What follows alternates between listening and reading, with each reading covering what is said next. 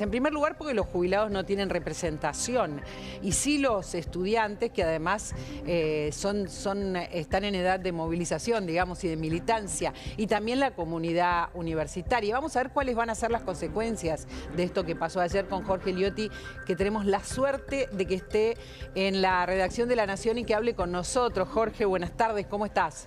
¿Qué tal, María Laura? Buenas tardes, ¿cómo te va? Y tratando de ver cómo sigue esta cuestión, ¿no? ¿Cómo sigue para el gobierno? El gobierno se anotó un a favor, es lo que quería, lo que pasó, con una ingeniería importante en relación a los diputados, a los gobernadores y a, digamos, una tarea política, pero por otro lado la comunidad universitaria que está tratando de ver qué es lo que hace, ¿no? Exactamente. Antes una aclaración, me escucho a mí mismo el retorno, no sé si se puede resolver, ya mismo, porque si no se me hace un poquito difícil.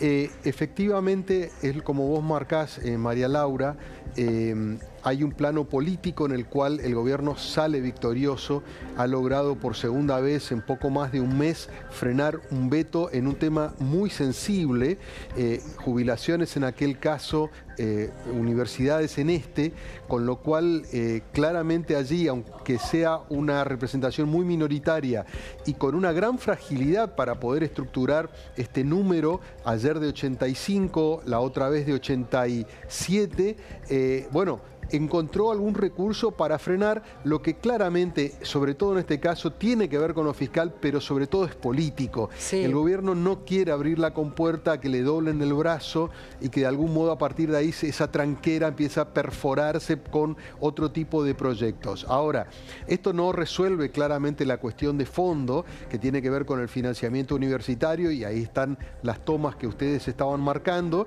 y sobre todo te diría una cuestión más. Yo creo que por lo que va de este año el tema está saldado desde lo que el gobierno plantea y desde lo que los rectores esperan. A mí me da la impresión de que ahora la gran discusión, más allá de estos rebotes de lo que ocurrió ayer, van a trasladarse al presupuesto 2025, claro, porque allí en ese presupuesto que va a fijar las pautas para el próximo año, también hay recortes muy significativos y según la mirada de los rectores, el ajuste es todavía mayor al que se ejecutó este año. Entonces, eso yo creo que va a, de alguna manera, canalizar esta discusión, porque ya este año está jugado, quedan menos de 3 meses, y en consecuencia esa va a ser la discusión esencial. Y de fondo, María Laura, perdón, yo creo... Sí. No quiero dejar pasar lo que dijiste, porque en primer lugar está saldado porque no tienen otra posibilidad de reclamar nada. Esto ya no... Bueno, digo, no hay otra instancia de discusión, claro, porque exacto, se agotó políticamente. Claro. Yo te diría, María Laura, y esto, por eso, hoy están las tomas, pero la verdad es que si nosotros comparamos con otros momentos, el gobierno sacó bastante barata el sostenimiento de los vetos a los universitarios y a los jubilados, ¿no? Sí, en otros momentos... Por ahora sí, claro. Claro, por eso. En otros momentos generaba un nivel de reacción, incluso recordamos el episodio más violento en 2017 con la reforma jubilatoria de Macri. Entonces, yo creo que lo de las tomas va a estar, obviamente es una consecuencia directa,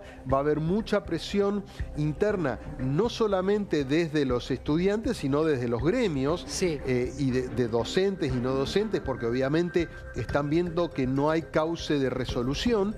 Lo que digo, está jugado porque ya esta ida y vuelta entre el Ejecutivo y el Congreso se agota. Pero lo que quiero decir es, vamos a hablar en las próximas semanas del presupuesto, por supuesto, pero a ver, después de este poroto de verdad, de este triunfo del gobierno en esto, va a ser muy difícil pelear por un mejor presupuesto para las universidades, se me ocurre, ¿no? Están debilitados en un punto y estamos hablando de un presupuesto aún menor que el que tienen ahora, que es del 2023 en realidad, está congelado.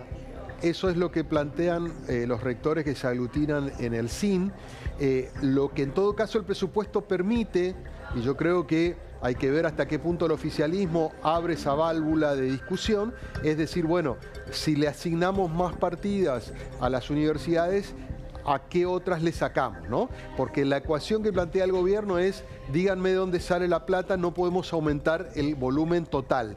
Entonces, el presupuesto es abrir una caja gigantesca de millones de partidas diferentes, por áreas, por programas, etcétera. Bueno, en todo caso, habrá que ver si hay una inteligencia y un consenso para que se prioricen algunos rubros, algunos puntos, y en todo caso, digamos, eso va a terminar afectando a otros. Y de última, yo te digo, María Laura, pero ¿quién y un poco define? va a estar... ¿Quién define? A ver, poner la plata acá y sacar la plata de acá. Bueno, son los complicado. legisladores. Son los legisladores. En ese sentido, es la atribución que tiene el Congreso. Digamos, el Ejecutivo manda su plan presupuestario para el 2025. Y es el Congreso el que tiene la facultad de modificar esas partidas. Ahora bien, y esto creo que hay que dejarlo bien en claro, el gobierno hace un planteo de decir, esta es mi hoja de ruta, sí, pero yo creo que no se va a rasgar las vestiduras si en un momento le alteran demasiado los números y entiende que no le sirve el presupuesto. Digamos, yo creo que en cualquier caso no vería con tanto disgusto que digan, bueno, entonces dejen el presupuesto, yo sigo manejándome con el que tengo postergado porque eso le da un amplio margen. Claro. Obviamente, con esto marca de alguna manera otra vez una excepcionalidad porque está de alguna manera gobernando con decretos y con vetos y sería otra vez postergar el presupuesto, es decir, sería un esquema institucionalmente muy frágil, pero no descarto que el gobierno de hecho, Jorge, lo pueda hacer. Esa Sí. es hoy la mayor debilidad que tiene la oposición para presentar modificaciones y pelearle con modificaciones, porque saben que si traban demasiado la discusión, el gobierno dice, bueno, no me dejan gobernar, con esto, no me dan las herramientas, no me dan el presupuesto, y no quieren que pase lo mismo de este año, que estén gobernando sin presupuesto. Y sabes que una particularidad, cuando fueron los funcionarios a presentar el presupuesto esta semana, la presentación la hicieron y el ítem universidades no suele estar muy destacado, y esta vez lo destacaron en el desglose por áreas. Primero dijeron, bueno, esto es lo que no se puede mover, lo que es muy inflexible en el presupuesto, donde está todo lo que es previsión social, asistencia social, los salarios, los intereses de la deuda, que es el 80%. Y en el resto está lo que es gasto de capital, es decir, obra pública, y un 3% del gasto es universidades, y lo destacaron específicamente. Sí, es mucho menos. Es menos, y eso es lo que le va a pelear la oposición, es decir, bueno, que ese 3% signifique más. Yo entiendo que estaba debilitada la oposición en estos momentos para pelear, es complejo, pero por otro lado también pienso, ¿cuánto puede sostenerse un gobierno que gobierne por decreto y que vete las leyes del Congreso, ¿no? ¿Cuánto puede sostenerse la mecánica de este gobierno así, de este modo? Te agrego una complejidad mayor, María Laura. El gobierno ha pasado de una fase proactiva, buscando mayorías, por ejemplo la ley bases o el pacto fiscal, que lograron 147 votos en la ley bases, a recluirse en una minoría de resistencia frente a la ofensiva opositora, en el caso jubilaciones y en el caso universitario. Sí. Ahora con el presupuesto necesita otra vez pasar a una fase ofensiva, por decirlo algún término, y ir a la búsqueda de una nueva mayoría de por lo menos 129, que es la mitad más uno si están todos los legisladores al momento de votar. Es decir, tiene que agregarle más o menos unos 40 votos más a lo que logró ayer. Y ahí hay una dificultad muy concreta, porque insisto, el gobierno se siente cómodo ahora sabiendo que tiene instrumental para obturar las ofensivas, pero ahora tiene que volver a la fase, yo diría, activa, propositiva, para el presupuesto puntualmente. Y ahí hay un desafío que es sumar 40 legisladores más, que en algún momento acompañaron la ley bases y después se fueron disgregando. Entonces, claramente es un desafío adicional y hay que ver si esta política, que por momentos parece precaria, pero hasta ahora le resultó efectiva al gobierno, también la puede traducir a la hora de discutir el presupuesto. Sí, así está la situación mientras la gente sigue pendiente de los números en relación al ajuste fiscal y a la inflación, y eso sostiene al gobierno. Hoy se va a conocer el número de la inflación. Vamos a hablar de todas las estimaciones con Ricardo Delgado enseguida, pero antes me interesa saber si tenés esa percepción. Por ahora, con la baja de la inflación, el gobierno puede trabajar de este modo, digamos, ¿no? No con el funcionamiento democrático que solemos ver en el resto de los gobiernos desde Alfonsín en adelante. A ver, dos cuestiones, María Laura. Los recursos que utiliza Milei están previstos en la Constitución. Por supuesto. En ese sentido, tanto el veto como los decretos son parte y las instituciones están funcionando. De hecho, por ejemplo, el Congreso le bajó un decreto al gobierno, el famoso de los gastos reservados para la CIDE. Sí. Entonces, está recurriendo a medidas excepcionales que están previstas. Ahora, gobernar siempre con medidas excepcionales, obviamente, tiene un riesgo. Respecto del tema inflación que vos planteás, es el corazón de no solamente del plan económico, ese ajuste fiscal para bajar inflación, sino yo te diría de la sustentabilidad del gobierno de Milei. Por eso es absolutamente crucial. Es más, Milei ha tomado medidas que afectaron otras variables económicas, por ejemplo, la decisión de intervenir, digamos, en el mercado de los dólares financieros, resignando reservas para el Banco Central para contener al dólar, porque eso implicaba mantener más sereno en la inflación, ¿no? Entonces, la inflación es lo conseguido desde el punto de vista del gobierno que le permite seguir generando cierta credibilidad en el sector que lo apoya. Ahora, ese sector que dice, yo asumo que el gobierno hasta ahora logró el objetivo de bajar la inflación, empieza progresivamente a demandarle la otra parte de la promesa que para algunos se llama reactivación económica, para la gente se llama llegar a fin de mes. Claro. Entonces la gente te dice, percibo que los precios suben menos, pero a mí todavía no me alcanza. Y claro, esa es la parte que yo creo que está deudando el gobierno. La demanda es hija de la necesidad, ¿no? Escuchamos y vemos y compartimos las historias de las personas que realmente no llegan a fin de mes a pagar los gastos por los ingresos deprimidos. Exactamente, o sea, hay un sector que te dice, bueno, sí siento menos, digamos, desesperación cuando voy al supermercado, que es como una variable muy rápida de alteración de precios, pero todavía no hay una recomposición. O servicios, obviamente. Claro.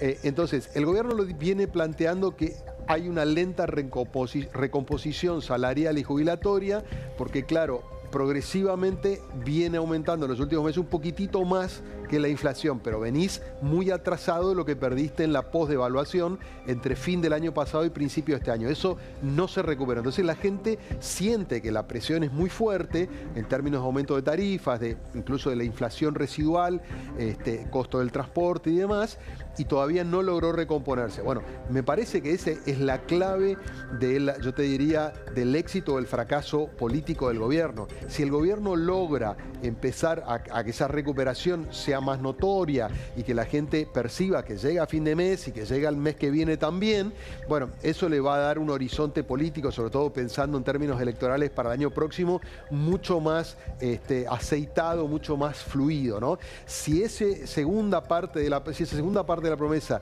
no se cumple, va a llegar electoralmente con muchas más dudas. O sea, el tema inflación hoy es importantísimo, para el año que viene no va a ser suficiente. No, por supuesto que no. Vos decís que el límite es el año que viene, digamos, ¿no? Porque ahí viene digamos, el pronunciamiento social, ¿no? Nosotros ahora podemos tener encuestas, mediciones, pero a lo que la política y a la distribución del poder le interesa, tiene que ver con lo que se juega electoralmente. De hecho, Milei hoy está en gran medida, cuando hablábamos de lo que pasó en la sesión de ayer, él está jugando con expectativas electorales. Él consigue votos en la Cámara de Diputados diciéndoles, bueno, ustedes tienen que apoyar esto si quieren tener un futuro electoral el año próximo en las listas que nosotros vamos a patrocinar. Entonces, él está jugando con una expectativa que algunos compran y dicen, bueno, sí, a mí me conviene estar ahí el año que viene, pero si esto no se traslada electoralmente, parte de ese encanto y de esas promesas van a perder efecto, ¿no? Pero eso se va a conocer prácticamente, a ver, en el último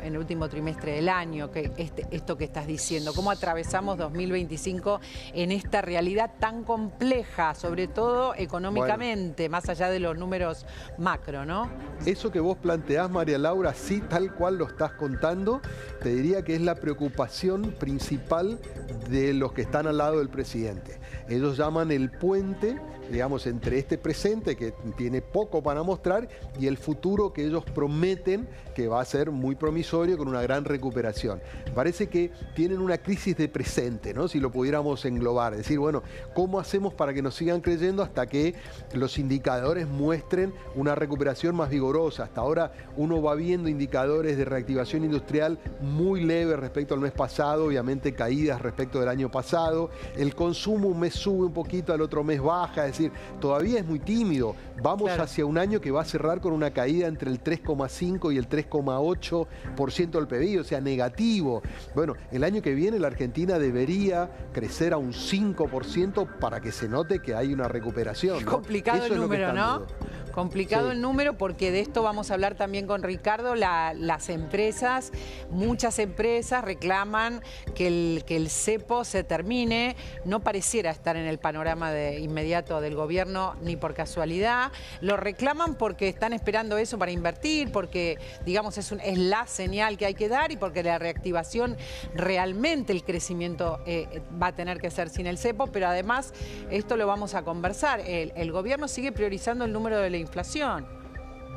Sin duda, es la variable independiente que protege, no solamente porque es la promesa económica principal, el mandato principal de Milei, sino porque bajar inflación significa mantener apoyo social. Exacto. Y en un gobierno tan débil institucionalmente, con una representación tan minoritaria en el Congreso, sin gobernadores, bueno, todo esto que ya sabemos se apoya en el apoyo en el respaldo social. Sin gobernadores, pero gobernadores que fueron funcionales ayer para que Milei pudiera blindar su veto, ¿no? O sea... Sí. Atenti con eso, hay una ingeniería que armó con votos y con ausencias de distintas provincias que no son de la Libertad Avanza, porque ninguna lo es. Sin ninguna duda. Y te diría que hay algo meritorio adicional, que es sin demasiada plata, ¿no? Claro. Porque en general esas cosas son obras, promesas, demás, ¿no? Y no hay obra pública, claro. No hay obra pública, hay partidas muy chiquitas, con lo cual ahí hay un mérito de la negociación del gobierno, así como muchas veces señalamos incluso en estas charlas que tuvimos con vos, las dificultades que tenía el gobierno para ordenar digamos, el intercambio con el Congreso y ordenar la negociación, ¿no?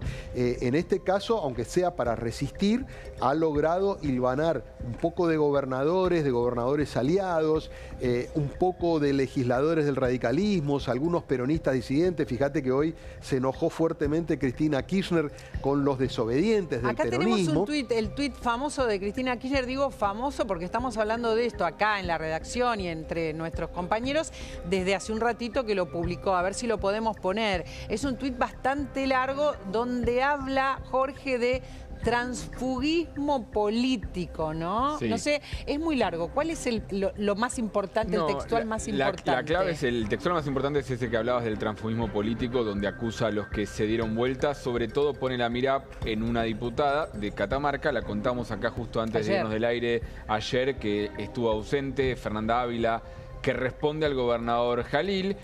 Celebra igual que el PJ de Catamarca criticó esa decisión, que es el juego que están haciendo los gobernadores. También por un lado negocian con el Ejecutivo, por otro lado dan señales más fuertes. Y sigue con su lógica de candidatura al PJ. Esto es lo que ella dice que obliga a estas situaciones, estas particularidades. Lo de Misiones también le pega al PJ de Misiones por negociar también abstenciones de sus diputados, por más que uno de ellos, por ejemplo, había dicho que iba a votar a favor de la insistencia. Porque claro, hay, digamos, provincias, estos diputados ausentes o que han votado a favor de sostener el veto, tanto son diputados, algunos radicales o futuros ex radicales y también peronistas, o sea, de los dos lados articularon. Vos tenés a Jaldo, ni siquiera lo mencionan en el texto, Cristina. Jaldo los tres. Pero los tres y ya creo que en el peronismo lo dan como fuera de todo el armado, porque aparte el que también en Tucumán sigue teniendo incidencia dentro del peronismo es Mansur, que sí está más cerca de Cristina. Jalil de Catamarca. Pasalacua no es el peronismo, es el Frente Renovador de Misiones, pero el PJ de Misiones tiene fuerte incidencia ahí también y por eso pone la mirada en los misioneros. Y después tenés otras provincias de tinte peronista que también están en la mira en la negociación. Lo que pasa con Salta, por ejemplo, esta vez no, pero en ocasiones anteriores también habían negociado. A ver, este es un panorama que no imaginábamos. O sea, que podía articular políticamente el gobierno con algunos diputados de los otros partidos mayoritarios. Al PRO es el aliado, después la oposición articuló con dirigentes de la oposición, o con por lo menos diputados de la oposición, y conversando, como dice Gaby, con gobernadores. Sin ninguna duda, y me parece un experimento bastante particular, porque como decía, no les promete grandes cosas, ¿no? Me parece que es parte de un cuadro de fragmentación política muy grande que quedó como residual de la elección del año pasado, donde no hay liderazgos nacionales, donde cada gobernador toma decisiones en función de sus propios intereses, e incluso hay legisladores que no responden a los gobernadores y toman decisiones totalmente autónomas. En ese río revuelto, donde las piezas se mueven y no hay lealtades, no hay obediencias, el gobierno se siente bastante cómodo. Fíjate, María Laura, que hace rato el gobierno podría haber optado por estructurar algún tipo de nueva mayoría con una estructura de interbloques o de alianzas más rígidas. No lo hace, no le interesa. Se mueve con mayor habilidad en este universo, digamos, de cuentapropistas, de gobernadores necesitados. Estos peronistas que marcaba recién Gabriel no tienen ninguna línea de conexión con esa conducción que Cristina quiere volver a ejercer. Los del PRO también, los del radicalismo hacen lo mismo, no responden a Lustó, con lo cual yo te diría que es un juego en el cual cada uno está mirando qué es lo que más le conviene y el gobierno saca provecho de eso. Así es. Bueno, vamos a estar muy atentos a, Jorge, entonces lo que se viene es la discusión del presupuesto, ¿no?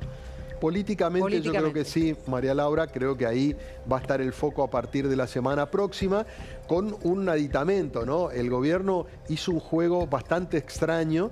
Por un lado, la novedad de que fue el propio Milei a presentarlo, una situación inédita, y por otro lado, que no va el ministro de Economía, Luis Caputo, como lo están pidiendo, que siempre va a la comisión a defender, ¿no? El argumento fue que no se iba a prestar a un show mediático, con lo cual le están bajando un poco el perfil al debate y a la discusión.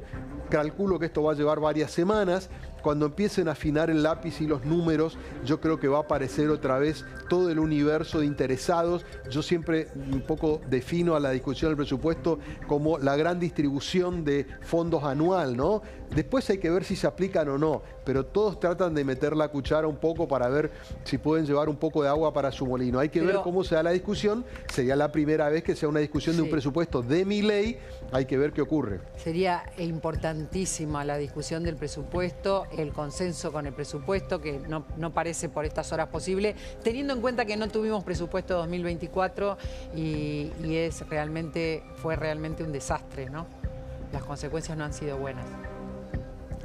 Bueno, en realidad lo que ocurre cuando vos no aprobás un presupuesto es que te queda el anterior y discrecionalidad para distribuir, porque prorrogás el anterior, pero obviamente el anterior queda totalmente desfasado por razones inflacionarias, con lo cual hay algunas partidas que se aumentan proporcionalmente, pero después hay un margen discrecional, que es lo que el gobierno utilizó para ajustar. Ahora el ajuste está clarificado en el presupuesto. Y eso es importante entenderlo. O sea, el gobierno no entiende que el ajuste terminó o termina en el 2024.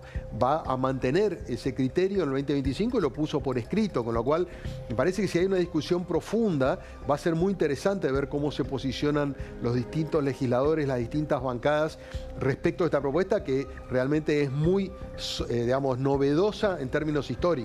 Hay algo que está sucediendo simultáneamente, Jorge, antes de despedirnos. No sé si ustedes, los chicos, tienen la producción, las cotizaciones de las monedas, las cotizaciones del dólar, la baja del riesgo país, porque digamos, en todo el ámbito financiero se habla de esto, un riesgo país que ha bajado a un número que no tuvo 4 años atrás. O sea, paralelamente a la realidad de la que hablábamos, de la sábana corta, que no alcanza, por más que haya una recuperación en los salarios en blanco, es pequeña y no alcanza para pagar las tarifas que se siguen sincerando, digo porque pagué ahora la del agua que sigue aumentando en relación al sinceramiento, porque tiene que ver en realidad con el metraje de tu casa, la tarifa del agua, se sigue sincerando, sigue aumentando, siguen aumentando y no por la inflación, mientras estamos sufriendo este parate y esta recesión, el mercado que está tan tranquilo, Jorge, me interesa muchísimo que digas algo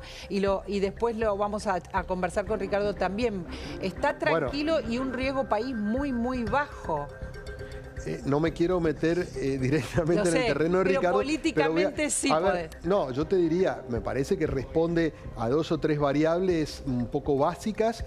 Hay una variable externa que creo que está jugando, que tiene que ver con la decisión de hace un par de semanas de la Reserva de los Estados Unidos de bajar la tasa de interés allí. Esto sabemos que tiene un efecto inmediato sobre los mercados emergentes, que se vuelven más atractivos para esos fondos que están buscando destino donde invertir. Parece que eso fue un factor, y a nivel local yo creo que hay 2 cuestiones, ¿no? Una, el efecto del blanqueo, que es un efecto coyuntural, pero que evidentemente ha generado cierta confianza porque ha generado un volumen importante, de hecho se prorrogó hasta fin de octubre, habrá que ver el balance que queda, pero ingresó un flujo de dólares que es muy importante para lubricar el sistema, y por otro lado me parece que también se lee desde afuera esta persistencia clara y nítida del gobierno en términos de defender el equilibrio fiscal, ¿no? A pesar de pagar los costos políticos. Esto es raro para la política argentina. En general los gobiernos, frente a estas cuestiones socialmente muy sensibles como jubilaciones o universidades, se replegaban, y Milei está demostrando que no, que asume los costos políticos. Yo creo que lo va a pagar en términos de vínculo con la sociedad, en términos de encuesta, y evidentemente lo asume porque ha vetado. Sí. Esto para el mercado es una señal muy nítida. Cuando yo creo que a todavía bajar su imagen, a eso te referís en términos de encuesta. Queda, ¿no? Obviamente, tiene que ver con esto. Queda la hoja de ruta que le están demandando. Lo interesante es que está logrando esto sin resolver los 2 temas que el mercado le viene demandando ya de mitad de año, que tiene que ver con un horizonte de salida del cepo y un acuerdo con el Fondo Monetario Internacional. 2 temas que están como bastante inciertos, y si escuchamos a Caputo hablando el domingo en La Nación Más, sí, fue bastante elusivo, como que parecería que no hay una urgencia allí. Claro. Pero evidentemente estos otros factores han pesado para que, al menos circunstancialmente, los indicadores financieros, y hubo mucho festejo, en la reunión de gabinete por el tema legislativo y por el tema financiero.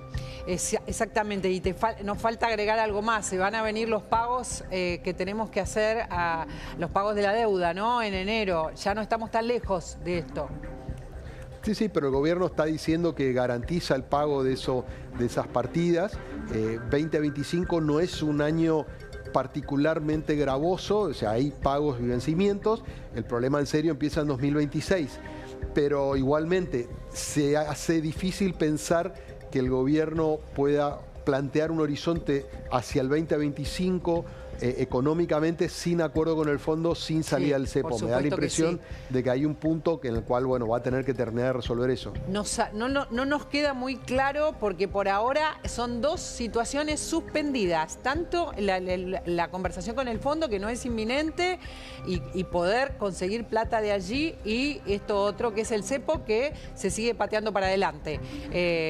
Bueno, a ver, hay algo para el cepo que esta realidad, si se mantiene cambiaria, beneficia. Hoy la brecha se angostó muchísimo, todavía no está en términos de converger completamente con el oficial, pero obviamente hoy, al acortarse la brecha, los riesgos de una salida disminuyen. Ahora, una cosa es plantear el escenario hipotético, otra cosa es llevar a los hechos. Digamos, la unificación cambiaria y la salida del cepo implica que cualquier persona podría ir a comprar dólares libremente. Hay que ver cuál demanda acumulada hay, hoy está muy contenida, Y el otro punto que es muy importante es, hay una demanda atrasada hace mucho tiempo de las empresas multinacionales que no pueden girar dividendos a sus casas matrices. Yo entiendo que ese es un monto significativo, no sé exactamente si es entre 5.000 y 10.000 millones de dólares. No sé si se les abre la compuerta, también no te desbalancean. Y eso, claro. Fíjate que Caputo en eso es muy cauteloso, ¿no? O sea, no quiere arriesgar eso. Es muy dilemática esa decisión, porque por un lado las empresas necesitan eso y también las empresas para venir necesitan saber que pueden disponer de la plata que ganan y no la tienen que dejar acá. Pero por otro lado también se pierden depósitos, ¿no? Si se sacan, si inmediatamente sacan todas las bueno, es que es una traba, digamos, vos estás en un sistema semi-trabado hoy, liberarlo implica jugar con las leyes del mercado, con los riesgos que se implica. Fíjate que el gobierno hasta ahora, a pesar de la fuerte presión tanto de inversores en los mercados y el Fondo Monetario, hasta ahora el tema del cepo no lo tocó, ¿no? Yo creo que debería venir vinculado a un eventual nuevo acuerdo con el fondo, con algún tipo de desembolso que le dé un colchón y espalda para, en todo caso, dar ese salto al vacío que hoy genera tanto vértigo. Jorge, muchísimas gracias por todo este rato, más que extenso, pero que nos pasamos por el panorama político, creo que por casi todos los temas. Muchísimas gracias. Por favor, un gusto, María Laura. Un placer, un placer. A ver si tienen las cotizaciones, así lo hablamos con Ricardo Delgado.